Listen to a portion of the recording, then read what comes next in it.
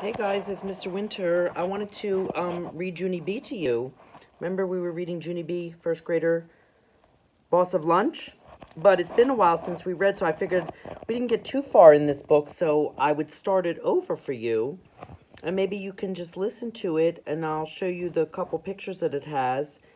And then maybe you can talk about it with Mommy and Daddy. So we're going to have story time with Bailey.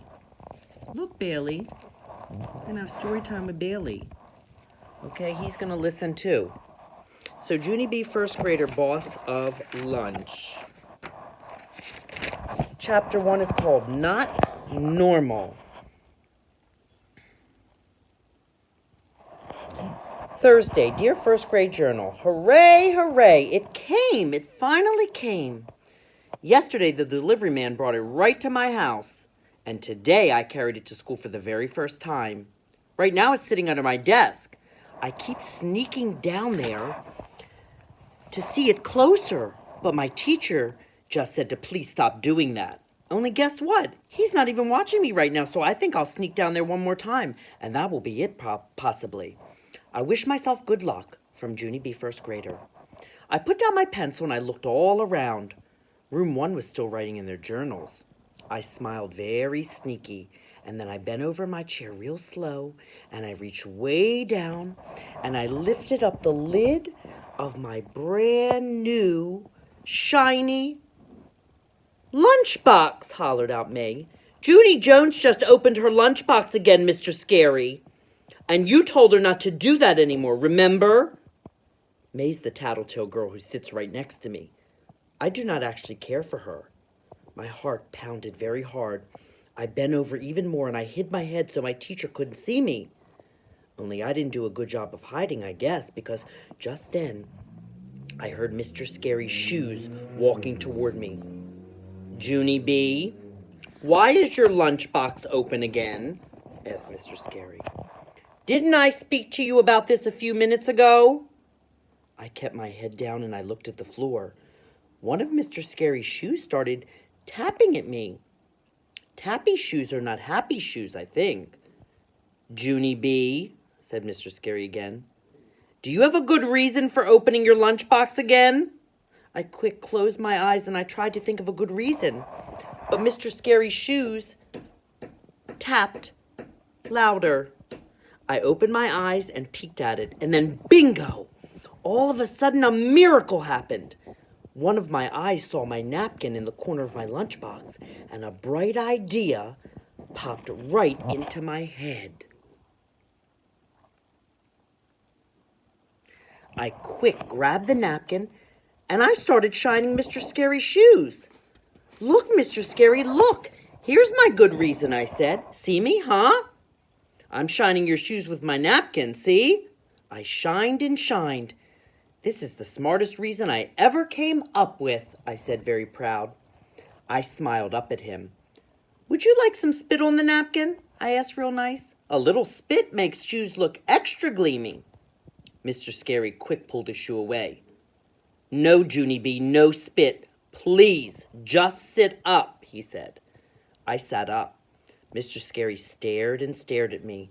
I wiggled in my seat very uncomfortable, 'cause staring teachers make me squirmy, of course. Finally, Mr. Scary talked again. I want you to stay out of your lunchbox, Junie B, he said. We have a rule in room 1. Lunchboxes are to be opened only in the cafeteria. I did a sad sigh. Yes, I said.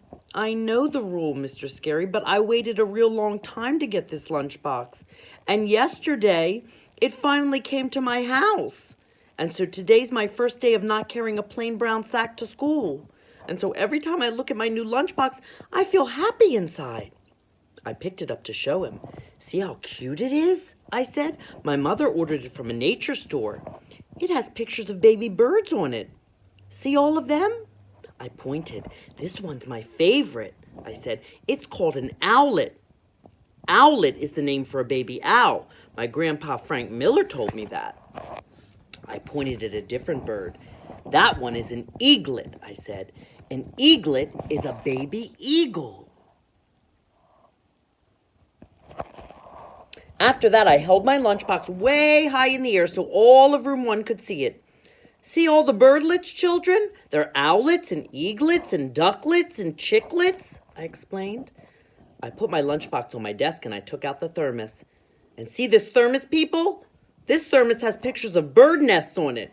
Isn't that cute? May made a sick face. Ugh, she said.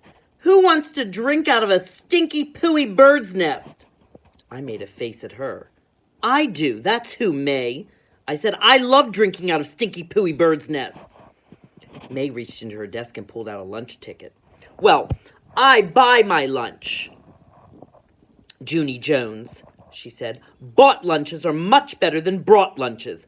Bought lunches don't sit around all morning and get soggy.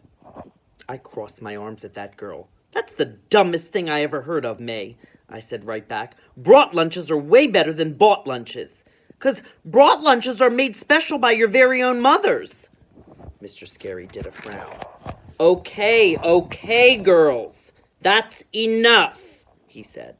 But May kept on arguing with me. For your information, Junie Jones, mothers are not professional lunch makers, she said. Mothers are just plain old normal people. I stamped my foot at that girl, 'cause that was my final straw. Do not call my mother normal, May, I hollered. No one in my whole entire family is normal, so there. May started to laugh, and then some of the other children laughed too. I don't know why. Finally, Mr. Scary snapped his fingers at them. I put my lunchbox back on the floor. It was not my best morning. Okay, tomorrow I will read chapter 2 called Hoagies. I hope you enjoyed the story. See you tomorrow.